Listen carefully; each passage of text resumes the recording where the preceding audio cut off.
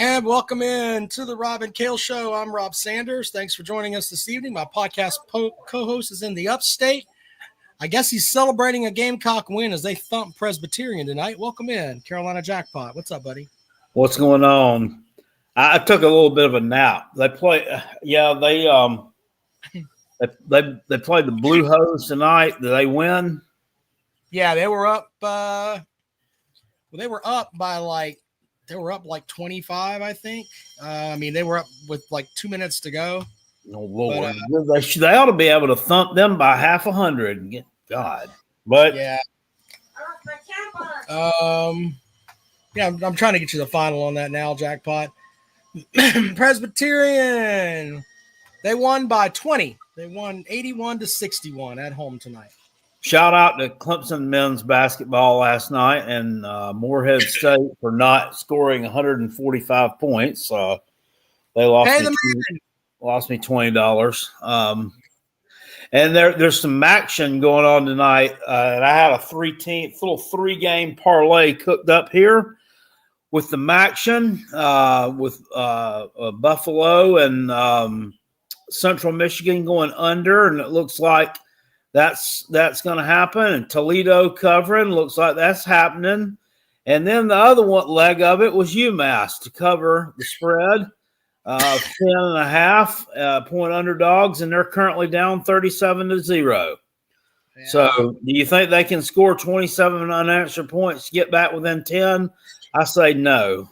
You should go ahead to that right now. But yeah. Yeah, people always told me, and I never do listen, don't bet on shitty teams to do good things. That's a fair thing to do. Yeah. Anyway, look, I know that it says something about the vertical thing here. There's some new thing with the StreamYard. I don't know what it is. It's like it's saying we're vertical now. I don't know. Like, okay, whatever.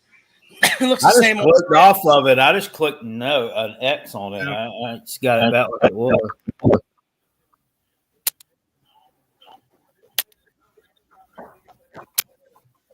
Now I can't hear him.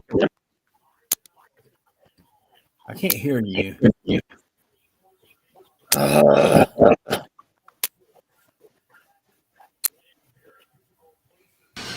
There, is that better? Yeah, I couldn't hear you. I don't know what happened. All right, so Callaway's Pick'em Challenge Week 12. I'm going to bring up the screen now. And Vandy Dandy said Vandy's going to be top 25 in basketball too. Is this like the golden age of Vandy men's sports? Because they've never been this successful. I mean, they're always good at baseball, and now basketball and football they're setting the world on its ear. I mean, yeah. We'll talk some hoops later, I guess. But our picks. Brian said you can't see our faces. Well, good. We'll probably get more viewers that way. I don't know why it's doing all that. I don't know. Let me see if I can change it here. I don't know. Let's see here. Maybe we'll change it to that. Maybe that would help. I don't know. Jesus. Probably not. Yeah, anyway. Oh. Right. Whoa. All right, so there you go. You can see my dimples. Your dimples. Get in there and see my thoughts on that one. Yep. So the first game is Notre Dame at Pitt, Jackpot. Notre Dame is giving up 11.5. Which way you rolling there, sir? I like Notre Dame to cover that. I think Pittsburgh's kind of fraudulent. They've played kind of a weak schedule. I think Notre Dame's starting to come into their own right now, really dominating teams and making a run toward the playoffs. Plus, you had your coach for Pittsburgh out there, Pat Narduzzi, making comments that this game wasn't really important to them. It's a non-conference game. It's what he said in his press conference. I don't know. Okay, I think they're going to get dog walked on Saturday. So, give me the Irish. I can't. He's went mute again. What is going on with the audio tonight? Jesus Christ. Anyway, I don't know what the hell's going on with this. This StreamYard's acting silly tonight. You can I hear don't me now. know. I don't know. I'm fixing to go to bed. Yeah, I can hear you now. All right, so I'm going to go the other way, Jackpot. Pittsburgh is a team that's looked down upon by people because they think, oh, they don't have good football up there. I think Pitt's one of the better programs in the ACC. I like Narduzzi as a coach. He does a lot with less, and I think they'll cover the 11.5, and would not surprise me if they won that game. So give me Pitt plus 11.5. Next game is Oklahoma at Alabama. Alabama is a 6.5-point favorite at home. Mine's pretty simple. I don't think Oklahoma's winning there. I'll take Bama minus 6.5. I'm doing old versions. I'm going to go with Bama as well. Oklahoma kind of struggles a little bit offensively at times. And, I mean, Ty Simpson's playing at a pretty high level right now. I think they'll do enough to get the cover in that game. It's not going to be a blowout. But I think I can see Oklahoma just being one step behind there most of the evening. You're not going to have a game like he had a couple of weeks ago where, you have Joey Aguilar turning the ball over to you like Tennessee was doing. Ty Simpson's going to take care of the football and be efficient. So, yeah, give me Alabama. All right, up next we have Texas at Georgia. Texas is getting 6.5, Jackpot. I think Texas is fraudulent. So I think Georgia's going to grind them into it, and I'll take the Bulldogs minus 6.5. Yeah, this is going to be a good game. I mean, Texas is playing better. I mean, Arch Manning's grown up a lot this season, especially second half of the season. Is playing better. This is I don't trust Sark to go on the road and get a win at Georgia though. They're playing better too. Saw the killer instinct kind of come out this past Saturday at Mississippi State. They dominated that game from start to finish, and that's something we hadn't seen from those folks all year. They kind of tended to have been playing with their food a little bit. They just sat down and ate a whole ass meal this past Saturday. It's true. So give me Georgia. All right, so both agree on that. Iowa's at Southern Cal. I wonder if Iowa kind of got their breath knocked out of them last week. I don't really like picking Southern Cal, to be honest with you. They continue to disappoint. Give me Iowa plus 6.5 on the road. I'll kind of go the other way. I mean, I like what Southern Cal is doing offensively, and they've been doing just enough defensively this year. And not anything great, but they've been doing just enough to win some of these big games. I kind of look at this one, and it's kind of reminds me of their matchup against Michigan a little bit. And, they're kind of successful there. And I kind of see this one playing out the same way. And I think you're right. I think Iowa kind of got donkey punched. They gave Oregon everything they could and came up short. And they might be a little bit disappointed here. I think Southern Cal is probably, if they finish out strong, can make the college football playoff. No. All right. Our next matchup, you mentioned this the other night. Mississippi State is at Mizzou. Mississippi State is getting 7.5, Jackpot.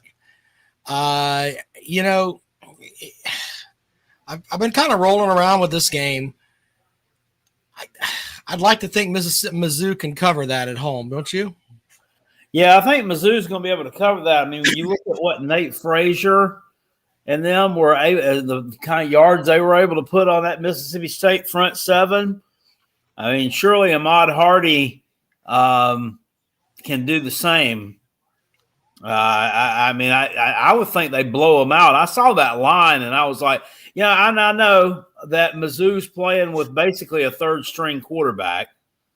But, I mean, I don't know that it's going to make that much of a difference here. Yeah. Yeah, I mean, I just think there's just a more physical team just shouldn't be dominant in this matchup at home.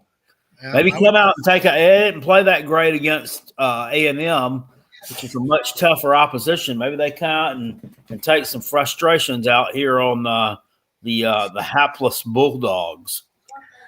I kind of agree with you. Remember, Mizzou had 200-yard rushers last week in their game. So what's to think they're not going to do that against a team that has some issues with the rush defense. So next matchup is Arizona at Cincinnati. Cincinnati is a 6.5-point favorite. This is another one that's kind of hard to pick here, Jackpot, but I'm going to roll with the Bearcats at home. Yeah, they were off last week. Cincinnati got hit pretty hard against Utah on the road week before last. I like to see them come back home.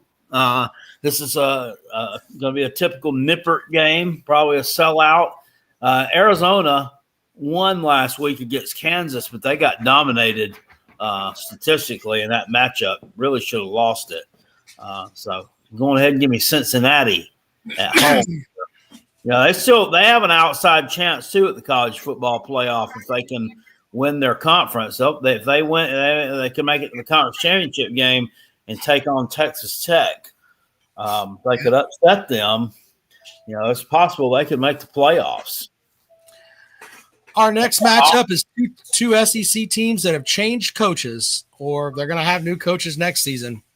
Arkansas on the road at LSU. When I look at this, I look at LSU still came to that Alabama game and still played with some fire. I don't know about Arkansas. Arkansas has the top-ranked offense in the conference, though. I'm still going to take LSU to cover the 5.5 at home. I'm going to go the other way. LSU's doo-doo. They have absolutely no offense whatsoever. Garrett Nussmeier sucks, and I think that Arkansas is going to put some points on them, and wouldn't surprise me at all to see them strike the upset. It's not a night game either in Baton Rouge, so that also works against the Bayou Bengals. All right, so Jackpot's going against me the other way. The next matchup is North Carolina at Wake Forest. North Carolina's won, 2 straight ACC games? But Wake Forest pulled off the upset last week. Mm-hmm. Yeah. I'm going to go with a former Gamecock quarterback there who left South Carolina, is putting up better numbers, got him some good coaching. Now he's playing a lot better. Give me Wake Forest minus 6.5.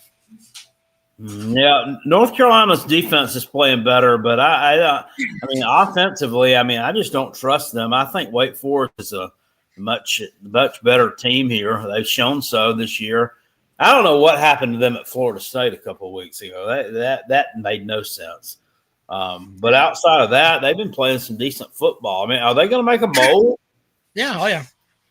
Wake Forest is. I'm going to check them in the standings, but. They should have won at least 5 or 6 games by now. I think I'm checking it right now. So yeah, let's look at that for a second. I think they've got 5 wins. Let me make sure here. Yeah, I'm gonna take Wake Forest. I still don't. North Carolina. Right, well, our next matchup is NC State at Miami. Jackpot. Miami, we know, is fraudulent. And by the way, we haven't had any of those Miami cocksuckers in here running their mouth with their piece of shit coach and piece of shit program. Yeah, said that would happen. We knew that they would go away eventually, and that's what they've done. Which way you rolling here? Miami's given up 15.5. I'd like to say that's too many points. But then again, what is Miami? What are they playing for? Can they make the college football playoff? They played themselves out of it. Can they make the ACC championship? I think a lot has to happen, but yeah, they're still in the mix. They've got 3 games left to play in conference, so they got to win out. But that's a lot of points. It's not a lot of points, but it's a decent amount of points. Go on ahead and give me Miami. I kind of look back a little earlier in the season. NC State kind of got handled by Notre Dame. They lost that game by about 30. And, I don't know if they've really significantly improved since then or not. So that's kind of a reference point there. So I'm going to take Miami. I probably will hate myself for doing it, but I'm going to take them. By the way, just for the stupid Miami fans, just for the record, Wake Forest has the same amount of conference wins that you have. Put that in your pipe and smoke it. Your audio, you're really loud. I don't know what's really loud. I don't know what's going on. Let me see if I can check it out here. Check your levels over there. It's I don't know if anybody else hears it, but it sounds like you're shouting at me through a megaphone. Like you picked up Jimmy Hart's megaphone and you're yelling at me. Mm-hmm. I don't know. Let's see here. All right, you might hit me over the head with it. No, we don't want to do that. No, don't do that.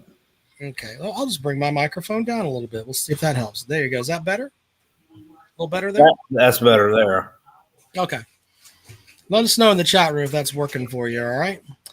Okay. Anyway, give me for that pick. Give me. I'm gonna take NC State because fuck Miami.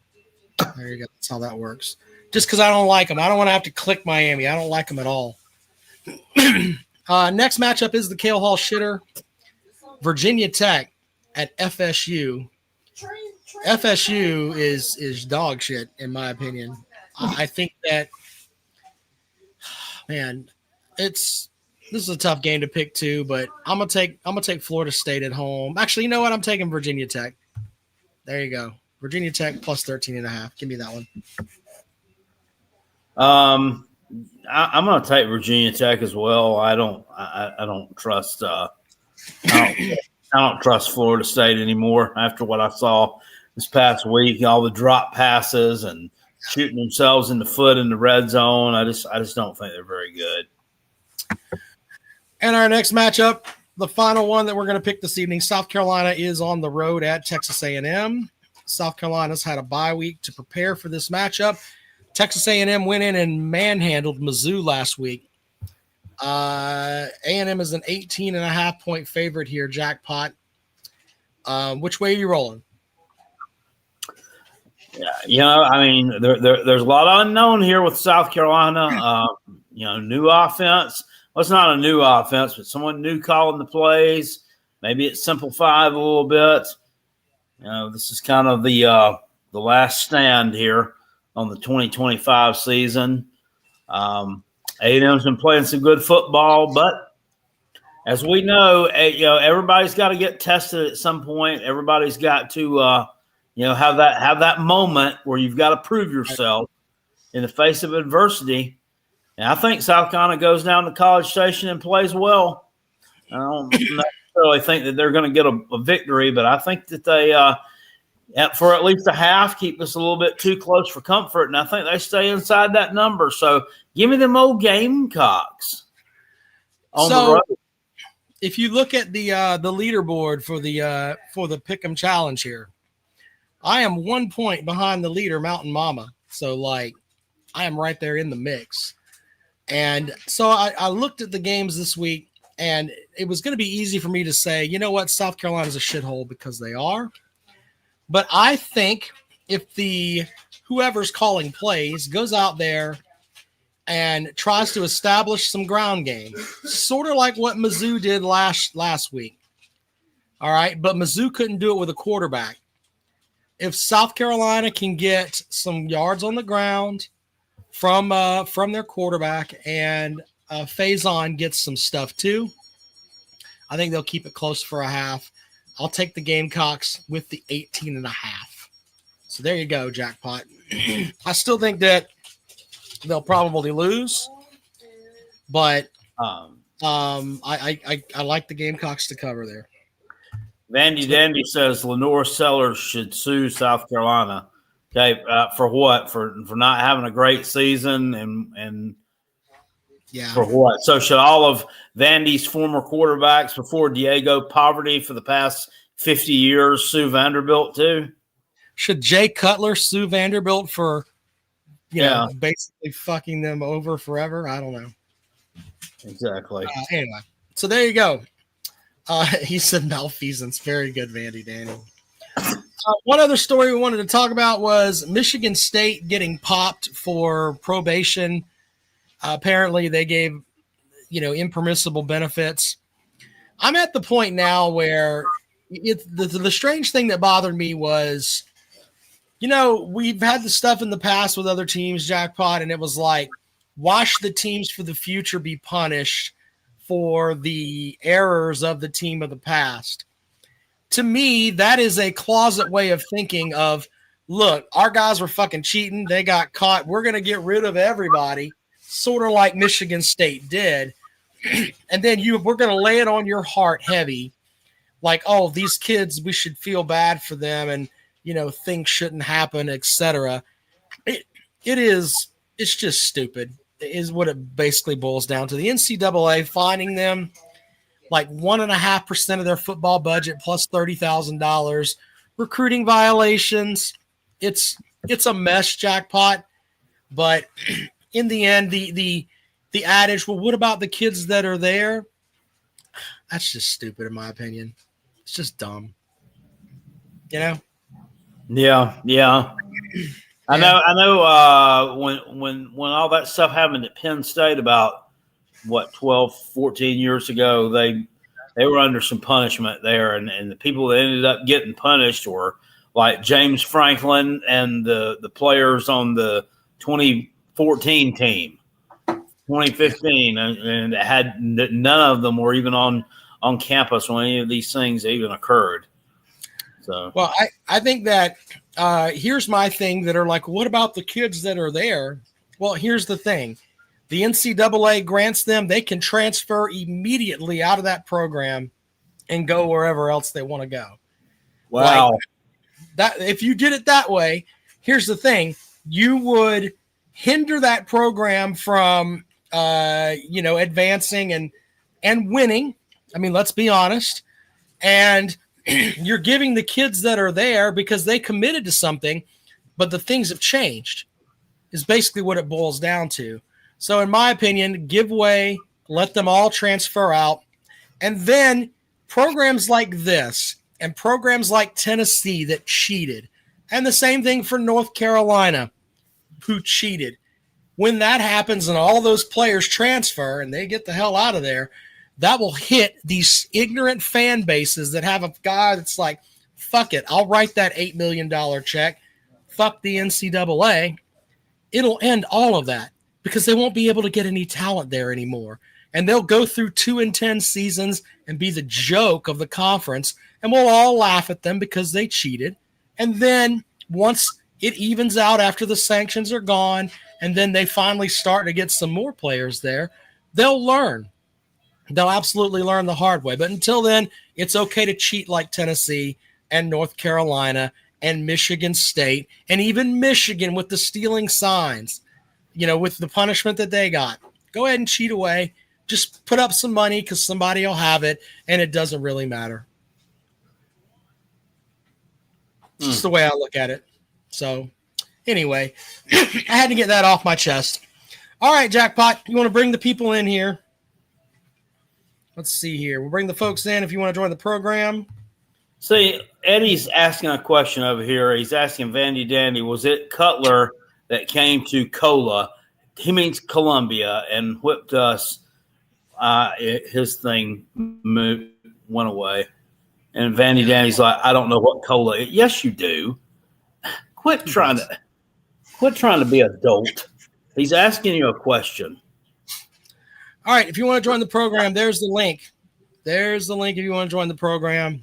We could talk about the stuff with Michigan State if you want. We could talk about whatever. So we'll talk about the games this weekend. There are some interesting games too, Jackpot. And, the Virginia-Duke game that's on the schedule, you look at it and you see a 5-4 Duke team against an 8-2 Virginia team. Both of them only have one conference loss, though. Duke could really make a statement if they can get the win at home over Virginia as they make their way, try to make it to Charlotte this year. Yeah, I think it's kind of up in the air as to whether the Virginia quarterback Chandler Morris is going to play in that game. Because it was at like a 6.5 line, and now it's went down to like 4.5. 4.5, yeah. So someone must have information that he is going to play. Yeah. I don't know. I think Duke rolls in that game. Duke got beat this past weekend. It's just a classic spot where that would happen. I think Virginia's a little bit soft and fraudulent. So, but I mean, I could be wrong, but I think Duke probably handles them. Clemson plays on Friday night this week, which is kind of odd. Yeah, someone asked why we didn't have that pick'em in the pick'em challenge because it's on Friday night, and if you play on Friday night, you don't get Friday night, Thursday night, whatever. You don't get in it. That's just the way that it is. So there's that. Clemson, by the way, is like a 3-point dog at Louisville. You know, Miller Moss is playing pretty good football up there, Jackpot, and I think that the secondary for Louisville is one of the best in the conference, in my opinion. Yeah. So with that, you know, I expect Louisville to win. I know people are talking about Klubnik in his last 4 games has played a lot better, but there's nothing about Clemson that makes me, like, if I'm a coach, makes me think, oh, I have to worry about this part of that Clemson team or whatever. They don't do anything really good or just halfway good. I mean, Klubnik's like a B+ player at times. They don't do anything that's great, Jackpot, you know? No, they went out, and then you got Louisville kind of went out and they kind of stepped in it this past Saturday against Cal.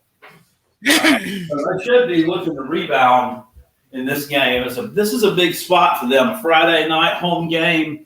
I kind of tend to think Louisville wins this one going away, and that's just me. Yeah, I think that line's a little bit too tight on that thing, but we'll see. Clemson's got the talent to beat them, but Big Barney Ross says, but Louisville has a 136 ranked O-line, a 106. I'm getting a message, Jackpot. The StreamYard is hard to click with the way the YouTube. I don't know. I'm sorry. I don't know what's going on here. They changed something on StreamYard. Of course, they don't tell anybody. You know, they didn't send us a reminder, so I can't fix anything from my end. Yeah, I'm trying to see if I can do something. So it's saying you can't click on the link. What are you talking? I don't know. The way the way it's set up, I don't know what they're seeing.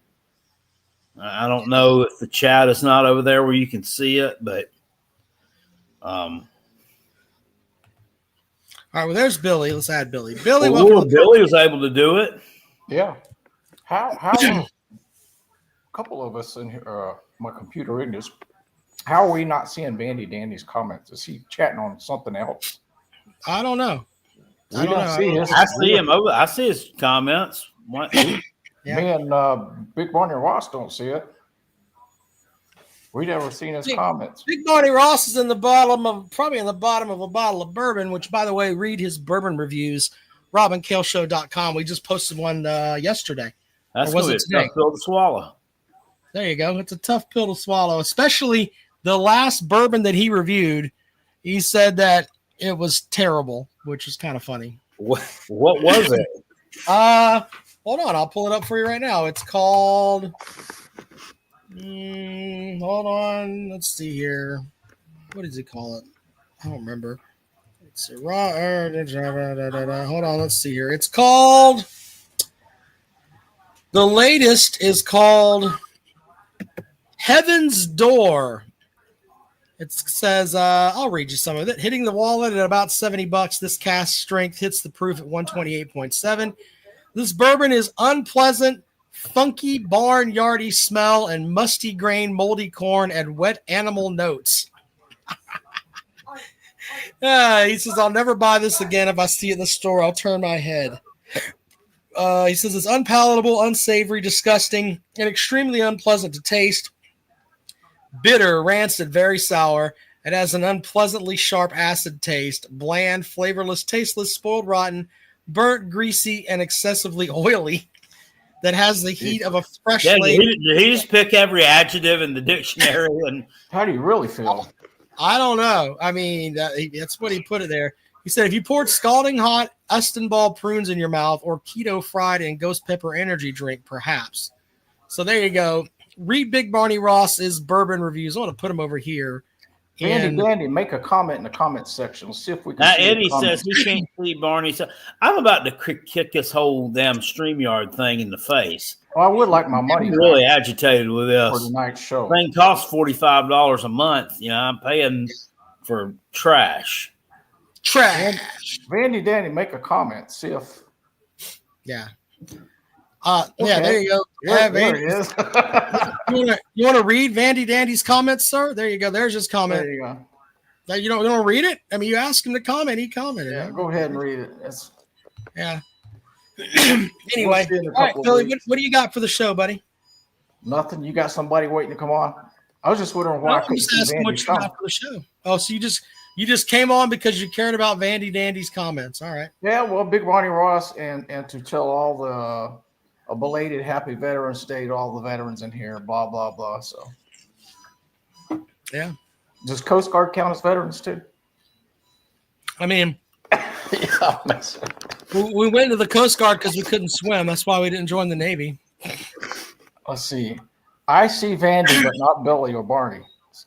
Yeah, there you go. I don't know what's going on with that. Y'all need to have a production meeting before. Well, no, I mean, we set it up just like we did before, but they had this whole thing. It was called Mars. I don't know what the hell it was. So Y'all's picture on the side is about an inch and a half vertical picture of y'all. I don't know if y'all see it. I just clicked on something a while ago to hide that, but it's hiding it to me, but it's not. I don't know. I know, Tom. I was just kidding. Former is employees count as former IRS employees count as veterans. Yeah, go to the VA and see if you can get some. I guess they give disability for paper cuts or something. I don't know. Let me get out here. Y'all got other people.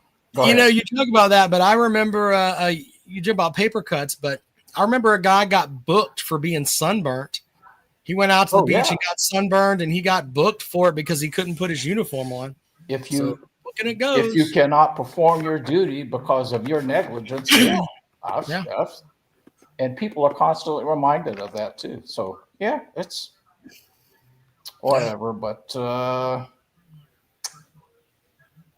was trying to think of some interesting. The SEC should start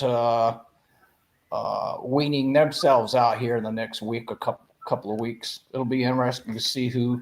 It's like a round robin tournament. Well, it's knockout this week. You got Oklahoma and Alabama, Georgia and Texas. The losers of those two games are probably done in the conference standings, in my opinion. And then you got Texas A&M at the end of the season. Tennessee could knock out Vanderbilt at the end of the season, the last game. They could, but will they? We joke about the whole thing about South Carolina. The rest of the season doesn't matter. You beat Texas A&M, right? You're going to be favored to beat Coastal. Clemson's not worth a fuck. If you can seriously go down there and pull off the upset, you can get your way into a bowl game that no one thought you had a shot in hell of doing. You got to get the first one. And I know the first one's tough, but South Carolina, in my opinion, has a lot to play for, and they could fuck up everything in the conference if they could beat Texas A&M. You know what would be the most South Carolina thing ever to do? Beat Texas A&M by some miracle and then lose to Coastal. Yeah. It's a Gamecock thing that could happen, sir. I mean, I'm serious. That could happen. That could happen. Like, you want to talk about somebody like the swing of the jackpot. The team that won at Georgia, the last team that had beat Georgia in Sanford Stadium before Bama did it, that team turned around a couple weeks later and lost to App State. Well, remember the team that beat Alabama at home. What happened the next week, jackpot? They went to Kentucky and lost. Yeah, they went to fucking Kentucky and lost. Big Barney Ross probably spit out his damn Boone's Farm up there when that shit happened. But no, I mean, the thing is, though, for South Carolina, they could wreak havoc with the college football playoff, if they beat A&M, they could keep Clemson from if Clemson shits the bed, keep Clemson out of a bowl game, and they could knock Coastal around too, and fuck them up with their Sun Belt stuff, because Coastal, if they can beat Georgia Southern on Saturday, the game after South Carolina is against James Madison. I mean, hey, you never know. At Ball TGR says still waiting on JP's opinion on Beamer. I mean, I've given my opinion on him multiple times. I don't think you can say any much more. I mean, multiple videos. I'm still saying this guy has taken the job at Virginia Tech. It sucks because the way he's actually talking hateful. I mean, with vengeance. It's. I think he's already. I think he knows he's a dead man walking, and he's just firing off shit now because he's mad because he's failed his job. Virginia Tech ain't gonna hire him. They want to win. They want to win. They want to get their program back to the level that it was at one point, and they know he's not the guy to do it.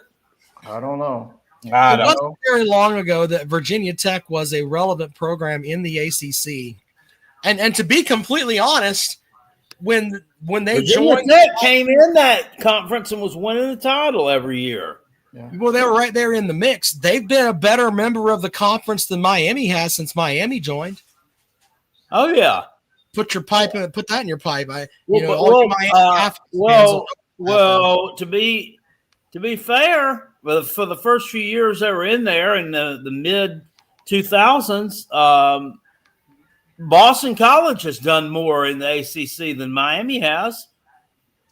I think that's a fair statement too. But then again, Miami's just a shithole. Michael Irvin and Warren Sapp aren't playing there anymore. Matty Ice. What will be interesting to see is this weekend as some of these SEC teams get beat to see. Hold on. Fuck you, Jack Hot, bringing up Matt Ryan. You know that motherfucker chewed Clemson up like a damn fucking road whore and spit him out. I remember him just stopping the ball over fucking Death Valley. He was great. Fuck him. Where's Airport High School? Airport High School is in Columbia. Mm-hmm. Somebody over there said Airport High School wouldn't hire Beamer. I don't know. Look, I think that Beamer, if he had the opportunity, I think he would walk to Virginia Tech. I really do, because he could go there and he'll be loved. He'll still what I'm saying. This conference, and his dad will be there. But I mean, if Virginia Tech wants to win, they shouldn't hire that fucking idiot. Well, I'm predicting he's taking the job because for the past 2 or 3 weeks, his press conferences, he just has a whole different attitude about things. And the reason I say that, Virginia Tech on their hiring, on their search committee, I've said this before, they have a non-disclosure agreement. They can't discuss who they've talked to nor who they hired. So they're not saying anything. I'm saying this dude's headed to Virginia Tech. Yeah. Well, Big Barney Ross says Beamer to Florida. Yeah. They can't get Lane Kiffin. They're going to take the next best thing, which would be Shane. Lane Kiffin's staying right where he's at. He can go 8-4 every year. Transferring. Yeah, look, there's been stuff on the internet about he may transfer here or there or whatever. If I were him, and I'm just stepping out on, in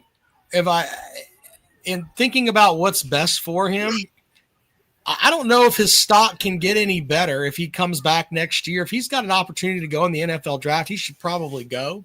Yeah. But if he's deciding, hey, I want to go back to school, I don't know how anyone could look at him and say, you know what, you should, come back to South Carolina with a new offensive coordinator and an O-line that hasn't really protected you. And I mean, he's taken a beating, one of the most sacked players in the conference. Why would he go back there if he's serious about the NFL stuff? I understand he's Mr. Gamecock. I get that, but we're talking about life-changing money. Yep. Like generational wealth. He could be fucking up by staying at South Carolina. In some cases, depending where he's drafted, and these people will let him know it might be profitable to stay at South Carolina or someplace else. I don't know. I mean, he's projected to be a first-round pick. If you're projected to be a first-round pick, I mean, I think you He's should gone. go play in the pros, in my opinion. Why would you You know? subject yourself to another year of getting hurt or Right. concussed again? Well, and then you also have to wonder, and he's shown no signs of this, but is somebody going to get in his ear and he stays at South Carolina, comes back for a year, but he's only going to play half-assed because he doesn't want to get hurt and ruin that NFL paycheck? Maybe some of that in there. If he was in a good system at South Carolina, he could probably play half-assed and still be effective. Yeah, well, I mean, it's not. It sounds like I'm picking at South Carolina with that. I'm not. If you're a Gamecock fan and you like Lenora Sellers, you need to have the memory of him from last season before Shula took over and fucked him up. You need to just have the Gamecock memory of him should be him deep dicking Clemson and not even worried about what the fuck happened this season. He should just go out on the shoulders of, I fucking wipe my dick on the damn Clemson field and shut 80,000 people up. That's what Gamecock fans should have as a vision of Lenora Sellers. Well, we should have better memories than just that. I mean, we should have better memories than just that. Yeah. We should have had a successful season this year with him. I mean, it just had the pieces there to do it. Well, you did, but it got fucked up, Jackpot, and there's no putting the toothpaste back in the tube on this. And it may hurt more if he transfers to, say, Miami or wherever, but I just think that South Carolina fans should have the good Lenora Sellers where he was dicing everybody up last year before that fucking idiot was given the offensive coordinator spot and ruined him. Well, if indeed at the beginning of the season, I don't know what game it was where he was concussed. If he was truly indeed suffered a concussion, if I was his dad, your season's over. I'm just saying, because if he's a first round, he can't afford to get concussed again. He can't. You can only do that so many times. Dr. Vol says Sellers would look good in orange. Oh, hell no. No. Now, what are you going to do with all those quarterbacks you've been picking up? No. I mean, Aguiar's a good quarterback up there. Is he a junior or senior? I can't remember. He's a senior, and old Sports Talk Jay was putting out a piece today about him and how he should be able to sue and come back to Tennessee again next year under the Diego Pavia rule. Yeah. Oh God. I mean, that's a possibility. With that. I think Hyper would tell him that you need to go on. No, because you got some talent sitting there on the bench that's going to transfer out if they don't get to play if they bring him back again. And if you go look, what's the kid's name? Faison Brandon from North Carolina, the number 1 quarterback pick in the nation is coming there. Yeah. So yeah, something's got to give. You got another 5-star sitting up there too, McIntyre. Yep. And Merklinger.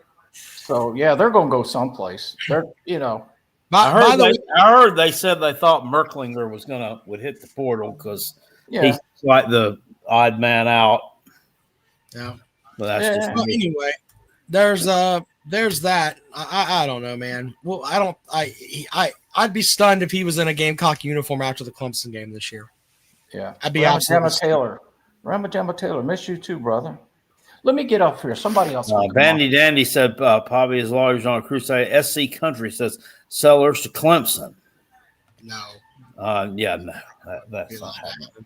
He wouldn't do that. I think he would probably go to some quarterback guru, and yeah, absolutely.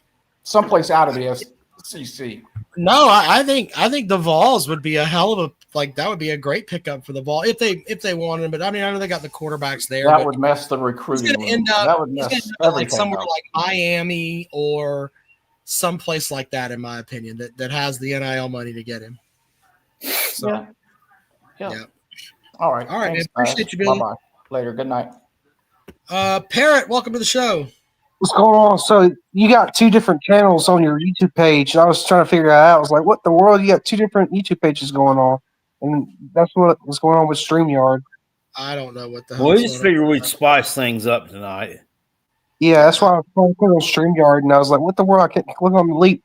And I got to a different page. I could click on the original channel.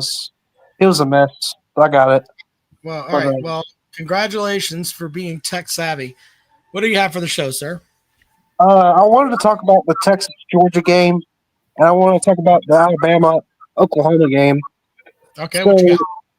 So I think Oklahoma won't be able to score enough points on Alabama, and that's the whole reason why they're going to lose to Alabama, because they got a good defense, but they're not going to put up enough points. They got a good kicker, but that's all I can say about their offense is they got a good kicker. That's usually a pretty good recipe for losing. Yeah, if you don't score points, if you don't score more points than the other team, you're generally going to lose. Well, All right, I mean, what else you got there? and for Georgia and Texas, common opponents: Kentucky, Mississippi State, Florida. Florida beat Texas. Georgia beat Florida, and that would have been a better win if we scored another touchdown. We took a knee, so it didn't really matter. It would have been a better win, but we still won the game. They barely beat Mississippi State in overtime. We beat Mississippi State in a blowout, 41-21. They barely beat Kentucky. I think it was overtime. Was it overtime? I can't quite remember. Anyway, it was like 16-14 or something like that.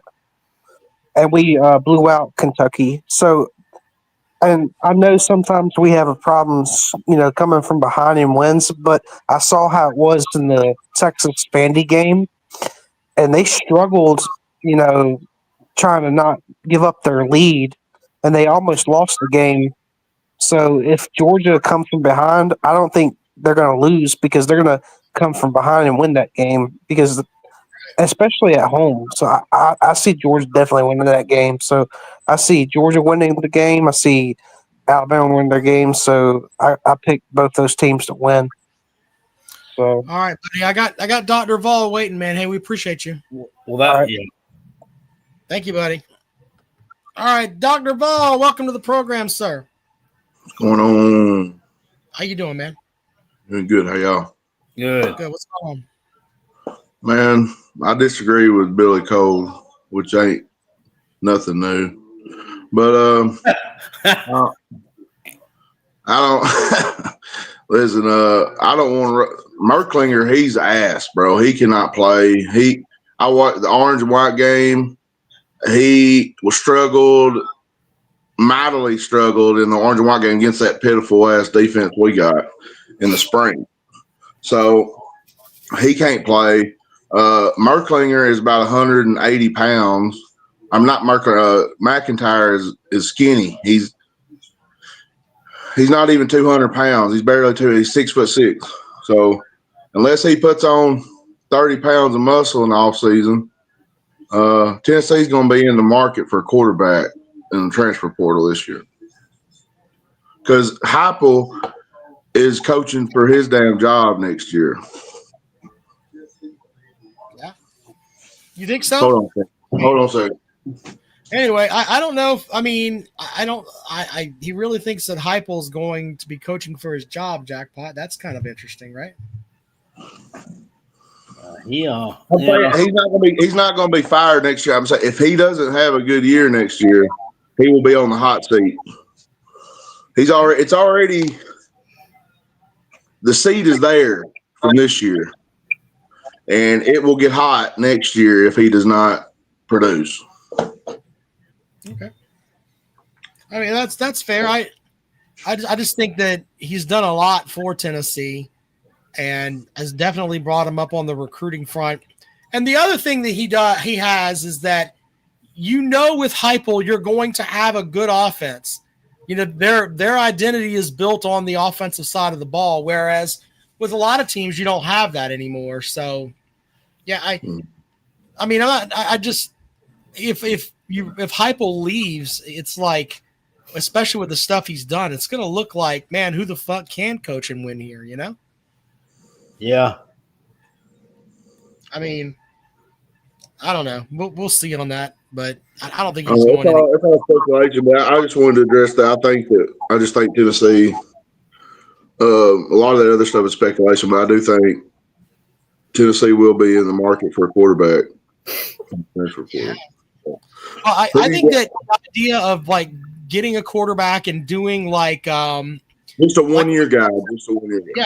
I mean, now every year now it's going to be, hey, can we just go and get the most talented quarterback out there and just bring them in and you know, put them in the offense. And look, you give Heupel credit for this. He went and got Aguiar, who was at UCLA, but before that was at App State, and has turned him into one of the best quarterbacks in the conference. Yeah. So he does do well with that. Yeah, he's a quarterback whisperer, man. He can take shit and make it smell like roses, man, when it comes to quarterbacks. Bobby was a 0-star coming out of damn high school, you know, had to walk on to a freaking Division II or some school in California. I don't know.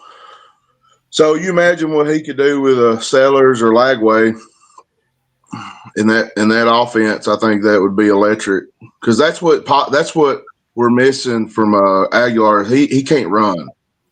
Right. You know, he's not an absolute statue. He can run on these lower level teams. He can kind of run around a little bit, but he's not a threat like Hendon Hooker was. Yeah, I remember that. Hooker can get the job done on the ground. That's true. So yeah, I don't know. It's a shame though because it seems like every year there's so much hype, or not hype, but hope with Tennessee because you know they're going to score some points, but it's can they defensively get there? And I think that you need to figure out.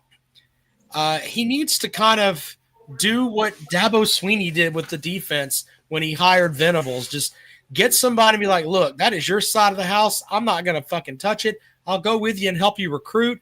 But damn it, I want stops. And I want to be aggressive. We're not going to have this bullshit of people running up on us. No, I want you to figure it out. Get the guys in here. We'll get the NIL money. I'll take care of the offense, but these motherfuckers need to quit scoring. He needs to get that kind of defensive coordinator mentality. And I think Tennessee would be off to the races. So. You're absolutely right. I don't know if Heupel will do it, though. He's awful. He just seems like a very he comes from Oklahoma. If you know that program in Oklahoma, they're very much like that. They hire their buddies. They hire from within, and they don't make a lot of coaching changes. I mean, that Venables kept on all the offensive staff. They brought in Arbuckle to be the OC, but they still got all the same position coaches they had last year. Really? Yeah. Yeah, they still got what's his name? Bill Beedenbow is still the offensive line coach. Well, you gotta have some people there for continuity and recruiting and all that stuff. Yeah. Well, a lot of Oklahoma fans, I've talked to a lot of them, and a lot of them are not happy that a lot of those guys are still on the staff. But oh Jesus, who do you think is going to win these games Saturday with the big games? Do you think Texas Oklahoma has a shot knocking off the big dogs? No. I mean, I think Texas has got a better shot than Oklahoma does, but that's just me. That's just based off of Alabama. This is the way they played. I don't know. The way I saw them play against South Carolina. I mean, they didn't do anything that really impressed me. I mean, I know they won the game, but I mean, it just looked to me like a team that, you know, if it had the talent and was ready, could take advantage of them. But yeah. Georgia looked really good to me, so I don't know. Yeah, Georgia looks like they found another gear. Yeah. This Mississippi State. That was your pick of the week last week. Yeah, that was kind of a shitter there. My two games I picked as upsets were I picked Iowa to knock off Oregon. They almost they came with a nut hair. That almost happened. I had Penn State too, and that was the game of the year. The end of it was anyway. Yeah, I feel like Alabama, if Oklahoma's defense is just going to have to be nasty and dominant on Alabama.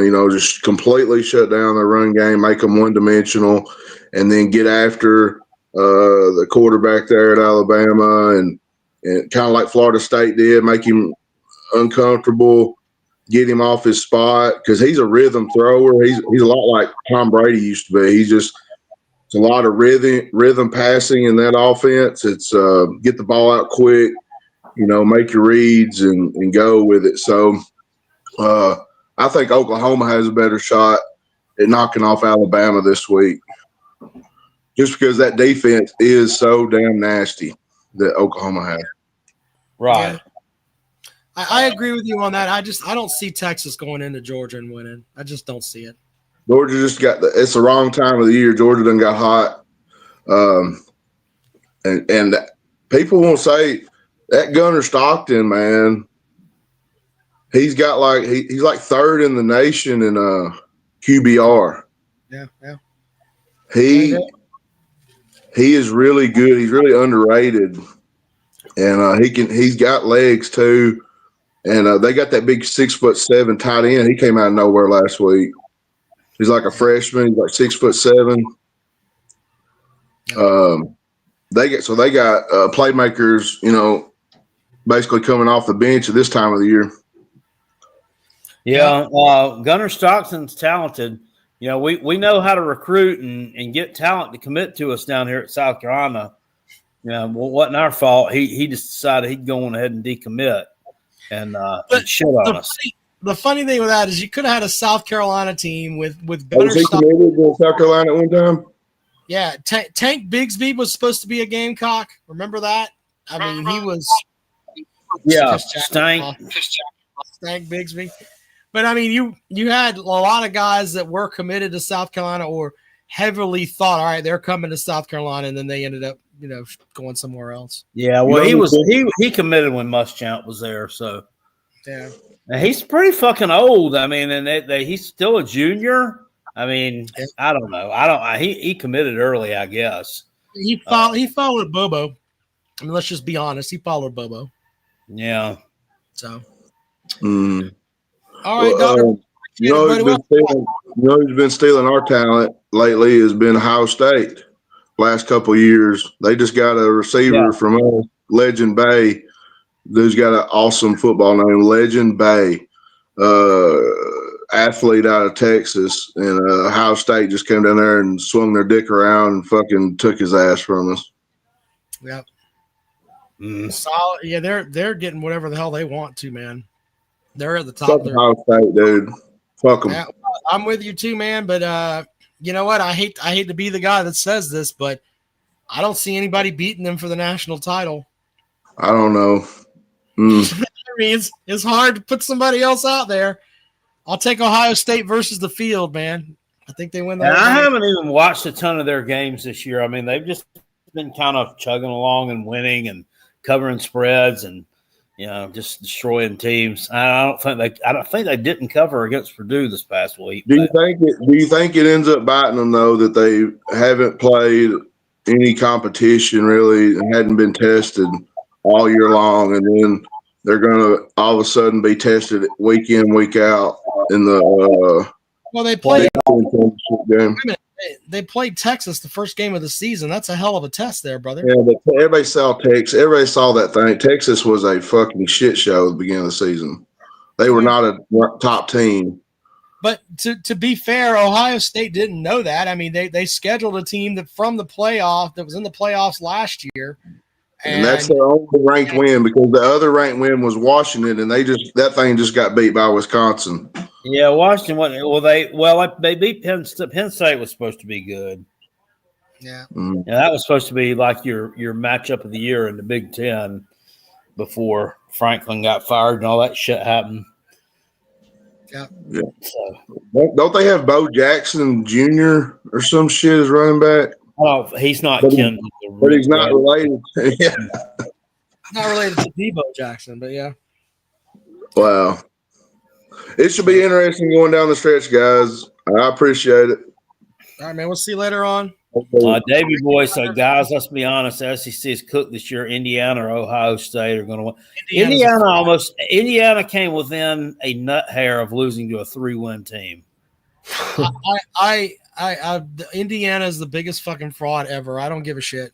I'm not gonna sit here and they're this, they're that. I think Texas A&M beats them by 17 points right now. Line up in their fucking house. A&M by 17. Ohio State would dog walk them too. I can make it. I think Alabama beats them. I mean, we can go up and down. Right now, they're already calling the Big Ten championship game, and it's those two. And right now, Ohio State's a 5.5-point favorite. I think they cover that. Gamecock Sporty, welcome to the program. Wearing the vintage like Brad Scott South Carolina hat there. What's going on, buddy? Might as well be back to the Brad Scott days. Sparky Woods hat. Shane Beamer is a professional circus clown. We hired a professional circus clown to run our football program. I've never been so pissed off watching any of his press conferences until the one this week. Did you hear him talking about the horses? Talking about how he's the smartest guy ever and that every OC he's hired was a great hire and how I wasn't going to say anything. Because I thought that like Jackpot would be like, why are you rubbing my nose in it like I'm a puppy that just peed on the floor? Shane Beamer looked the fan base in the eye. He is a fucking joke. Here's what he said. He said, fuck you, South Carolina fans. I'm right. You're wrong. I'm going to do things my way. I'm going to hire the right OC. What else? Horse poop, and he was talking about horse poop and Texas A&M. I mean, the guy wasted 30 minutes telling us that we're playing our butts off. And the thing that pissed me off the most is when someone asked him, what gives you faith that you could turn things around? And then he watched us play. Watch us play. Hey, we've been watching you play. You've gotten your asshole exploded the past 5 weeks in a row. It would really be funny if one of those reporters said, "Yeah, we watch you play. Your team stinks." Yeah, I mean, as Rob, well, I mean, you don't even have to say that. Just the product on the field doesn't the product on the field doesn't match what you say happens in practice, sir. As Rob would say, we are the shits this year, and the drizzling shits. Yeah, and and yes, Shane Beamer, I do agree. It does start with you, and I'm sick and tired. Like, I know I'm laughing now, but like, I mean, I haven't been alive and pulling for Carolina as long as Jackpot has, but like, you know, it's bad when Jackpot says that this is the most disappointing season in South Carolina football history in terms of like the expectation and just and the Jackpot was there for the 0-11 or whatever the hell it was, where they went like 1-21. Yeah, and it still felt like even for that, you know, hey, they're not that bad of a shithole, you know. When they went through that 1-21 stretch from 98 to 99, can anyone name the only team they were able to beat during that stretch? Ball State. Damn it. Ball State. I know my trivia. How the hell do you know that? I know my trivia, man. I know everything. No. I just Ball State's the only team they beat. So there you go. They lost to Marshall during that. Lost to a lot of teams during that stretch, Jackpot. Let's see here. They lost all their SEC games. East Carolina twice, I think. NC State, Clemson, of course. Okay, so Clemson sucked those 2 years too. Clemson was a shithole. Yeah, they were a shithole that year. I'm trying to see here. So let's go to the year they went 1-10. Let's see here. All right, so in 1998, here are the teams that they lost to, just because, you know, we're bringing it up.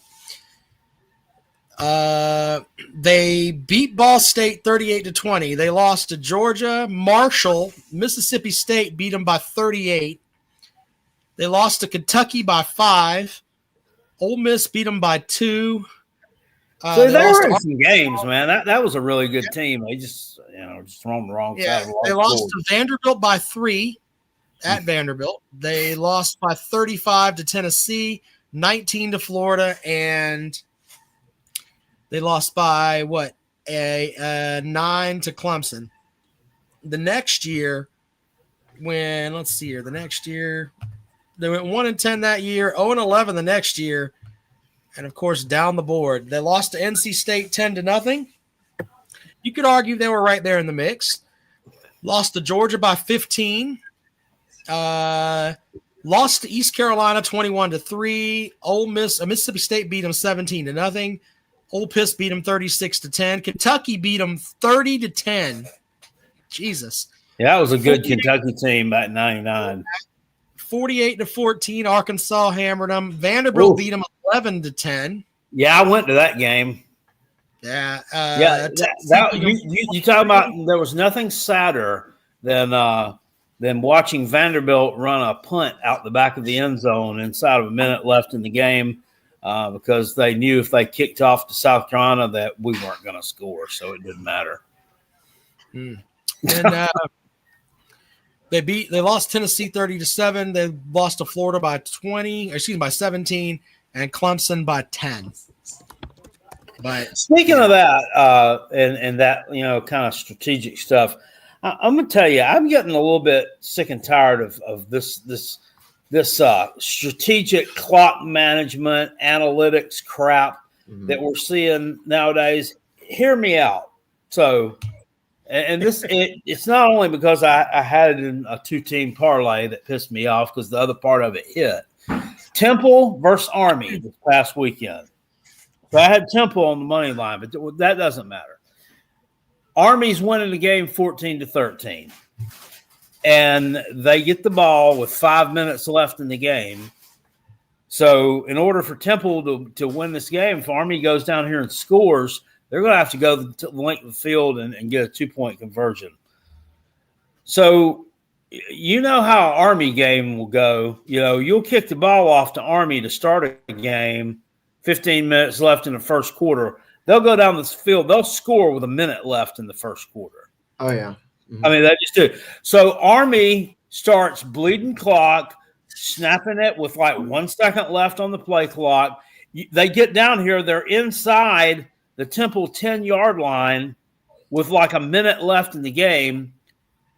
The quarterback takes off on a keeper around the left end. Temple just stands there to let him score because they need to get the damn ball back. No, not having it. He stops at the 2-yard line and just kneels down here.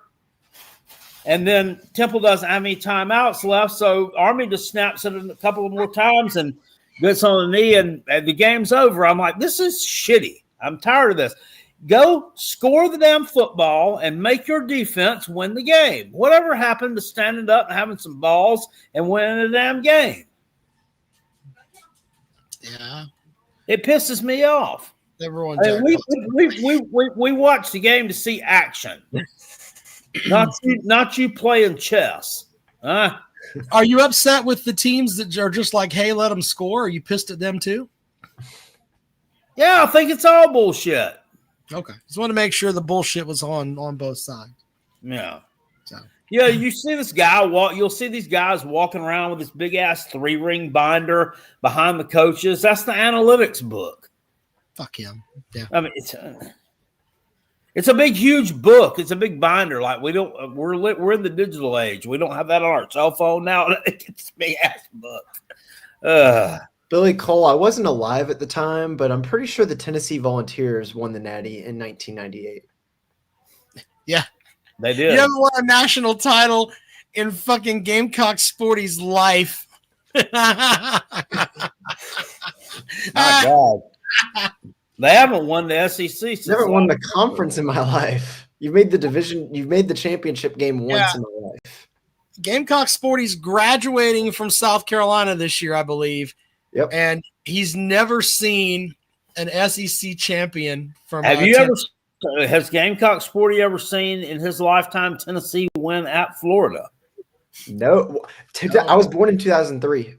I was born in October 2003, October 13th, 2003. Yeah, 2003. he's never seen. Since I was born, the last time that Tennessee's gone in and beaten Florida in the swamp. Oh shit. Well, let me see. Well, see, what's going to happen here is Dr. Ball is going to come back in here. He's going to call me a fat fuck and tell me I don't know anything. And him and I have been getting along. You're ruining it for me, Sporty. Look. If anyone looking at me trying to talk trash, I'm just spitting college football like trivia. Yeah. I'm a huge nerd for college football. I'm not here trying to talk trash. I mean, like, my team is the shits. My team has been the shits forever, and will continue to be so if we. Especially with Clown Beamer. Oh, well, you got. Okay, so the last time UT won in Gainesville, Florida, was on September the 20th, 2003. So you were born in October. Mm-hmm. Yeah. So yeah, you were still in the womb when that happened. So no, Tennessee has not won in Florida in your lifetime. Good Lord. Here's Billy's comment to that. Tennessee has 6 natties and 16 SEC championships. Yeah, but they were all before he was born. He's never seen them win anything as long as he's been alive. Watch any of them in color? Yeah, he has to sit here and listen to like old Billy tell grandpa stories about fucking Peyton Manning was great, but we had to have T. Martin win our last national title for us. And then he has to Google who T. Martin is. I know who T. Martin is. I know who T. Martin is. Oh shit. That's just funny. Look, I'm just a young one. Before anyone says I'm not a real fan or anything, I'm sure that if I were around for the toughest of times for Carolina football, I would still remain a fan. I mean, heck, I'm pulling for the Panthers is just as hard as pulling for the Gamecocks. I mean, it's not like. Yeah, but you've seen the Panthers play in the Super Bowl though. The Panthers have gone to the Super Bowl twice. Yeah. Lost both of them. Doesn't matter. They still made the show. Anyway, what else you got there? By the way, Jackpot, we forgot to mention the Callaway's live show coming up. I will be there. Yeah. We've got Gamecock Sporty will be attending. Awesome. Y'all better have that college football trivia.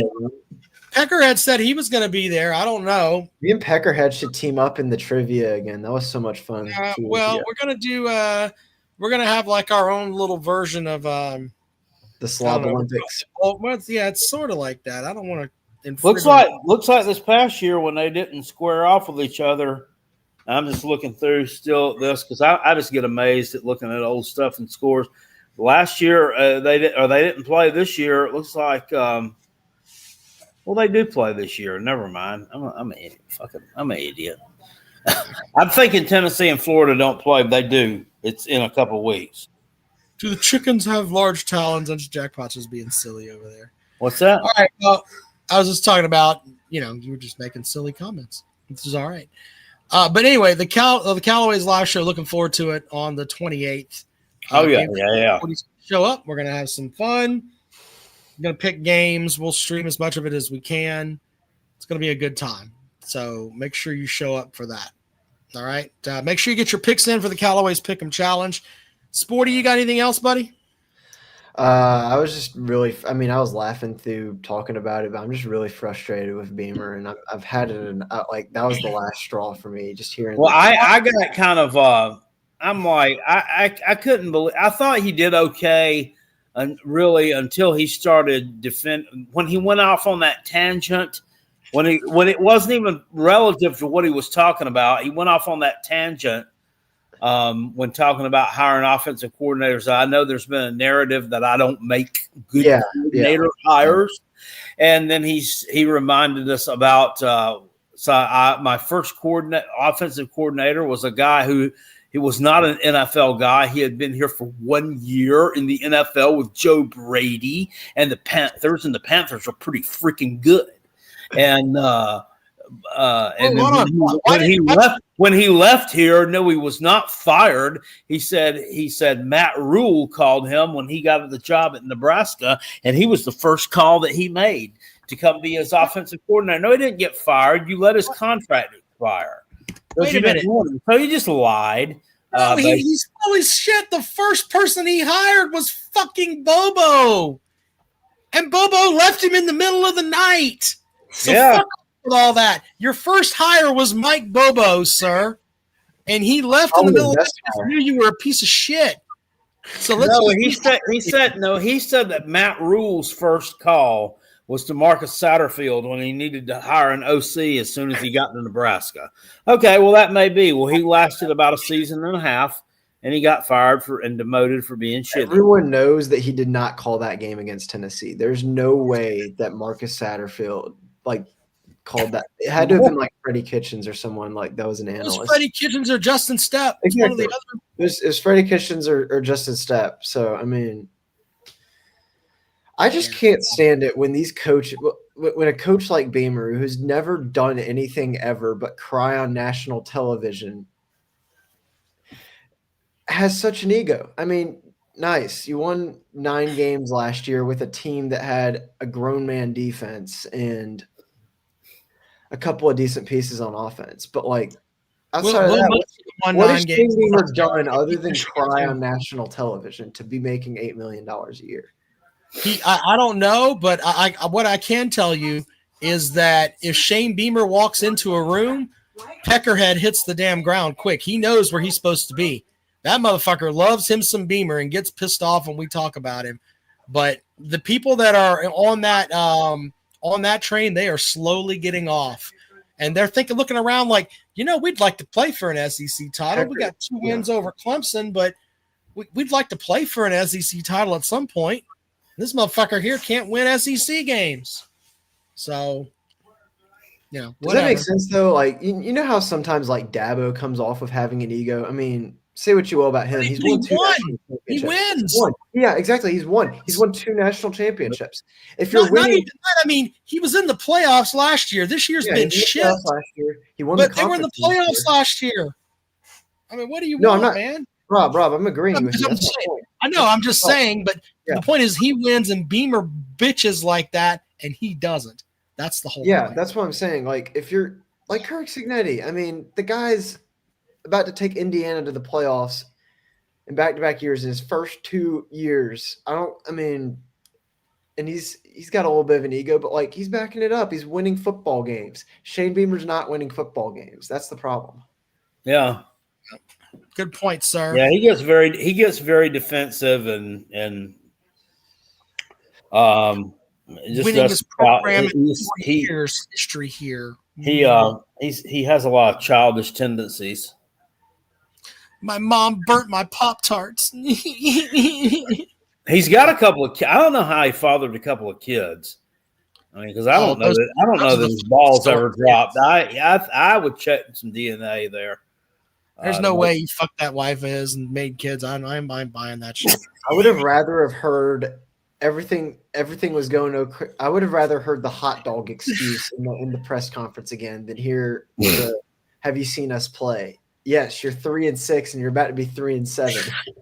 Jackpot made me say that line. I'll go on the record with that. Pretty funny. I don't think he fucked his wife. I mean, he just needs to learn the art of.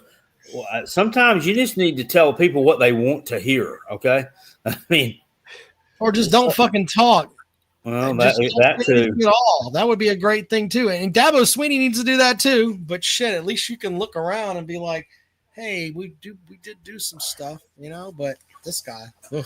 Exactly. Thank you, Dr. Volt. Shane Beamer's never been a coordinator. He's only been a positions coach, and neither was Dabo. No, but Beamer's. But to be fair, Dabo didn't start winning at a good level until he brought some good coordinators in there. Exactly. He got rid of Sunbelt Billy and he traded him out for Chad Morris, and then he traded out. What was that? Defensive coordinator, was it Kevin Steele? Kevin Steele, yeah. Fired him and brought in Venables, right? They fired him after that West Virginia debacle. Well, and by the way, you go back and watch that game. The defense played like shit, but there were special teams blunders and all kind of fuckery in that game. Not that I'm holding up for Kevin Steele. He should have been fucking fired on the spot. Don't even get on the damn plane. I don't want you talking to the defense anymore. You've ruined them that much. But no, but if you go back, but with Shane, if you go back and do just the research of the hiring process. He was hired based off of what he did as like a recruiting coordinator or something back in like the 2010. Oh, no, he was hired because also he came at a bargain. I mean, he made less money at South Carolina in his first year than Don Staley did. And that's a fact. Gamecock fans don't want to talk about that. And look, Don Staley's a hell of a coach, but in the end, football is what drives revenue. And you chose to pay your women's basketball coach more than you were paying your football coach. And you did that because you were paying Will Muschamp to not coach for you, which means that if he'd have worked out, it would have been a hell of a bargain. Yeah, but still. Yeah, I'm just reading the comments right now. We've got a new athletic director at South Carolina. It's not Ray Tanner anymore. We got this Jeremiah Donati guy from TCU. He's going to fix things. He's not going to let the problems that Tanner caused to just keep going on. Well, there you go. Well, we appreciate you there, Sporty. We look forward to seeing you at the show. Yeah, Thanks, looking sir. forward to seeing Jackpot post another Jackpot. I remember when we lost to Texas A&M on the road 2 years ago, and the title of the video is Carolina falls to Texas, goes down to Texas A&M like two yell leaders doing push-ups or something like that. I'm going to have a good time during that live stream Saturday. I'm sure I'll be getting up with I might wear my onesie, because that's kind of like the yell leader outfit when I do the live stream. You should wear the onesie. Yes, sir. I was making fun of them in some live stream I did the other week. I don't know, with their gyrations and the A&M said it must be crazy to be a Gamecock. I don't know. They do some of the stupid shit they did when they were on the State House steps. Yeah, it was crazy. Why did Mayor Rickenman not step in and be like? Because they're fucking dumbasses. Well, we took our I work for WCOS, our country station here. We took our big monster truck and drove it right up to the Confederate Memorial. And Jonathan Rush I was walking behind it because I parked over here. Jonathan Rush pulled up on the sidewalk at the Confederate Memorial because they were standing over there doing their rah-rah, sis boom bah things. We blasted fucking the Gamecock fight song and Sandstorm into their crowd. And then with the big, huge speakers that we had on the back of this fucking monster truck, and just locked the monster truck and just walked away. And they're still, over the blaring music, we're still, I'm like, those fucking people. Were you waving your white towel? No, I was not waving my white towel. I was filming to get video content of us mocking Texas A&M fans because most Gamecock fans don't have the satchel to do that. But then that's the game where Kenny Thrill-Hill did his thing and beat the holy fuck out of you.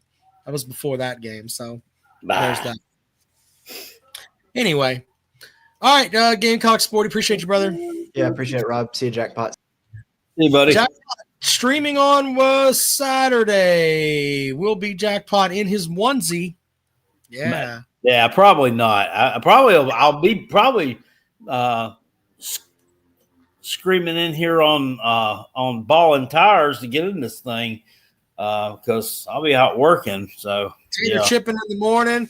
Yeah, the only thing I hate about noon games. Other than that, I like them. Yeah, I like them. USC Upstate got beat tonight by Kentucky, 90-30. Wait, was that women's basketball? It had to be because Kentucky just played last night. Yeah, it had to be women's hoops. But. Oh, wow. Jackpot, I don't think your parlay is going to work out here because, actually it didn't. Massachusetts did score, though, 45-3 Northern Illinois with the win. They were down 45-0. Why are you kicking fucking field goals? Dr. Vol said the Gators are a dumpster fire program. Yeah. Yeah.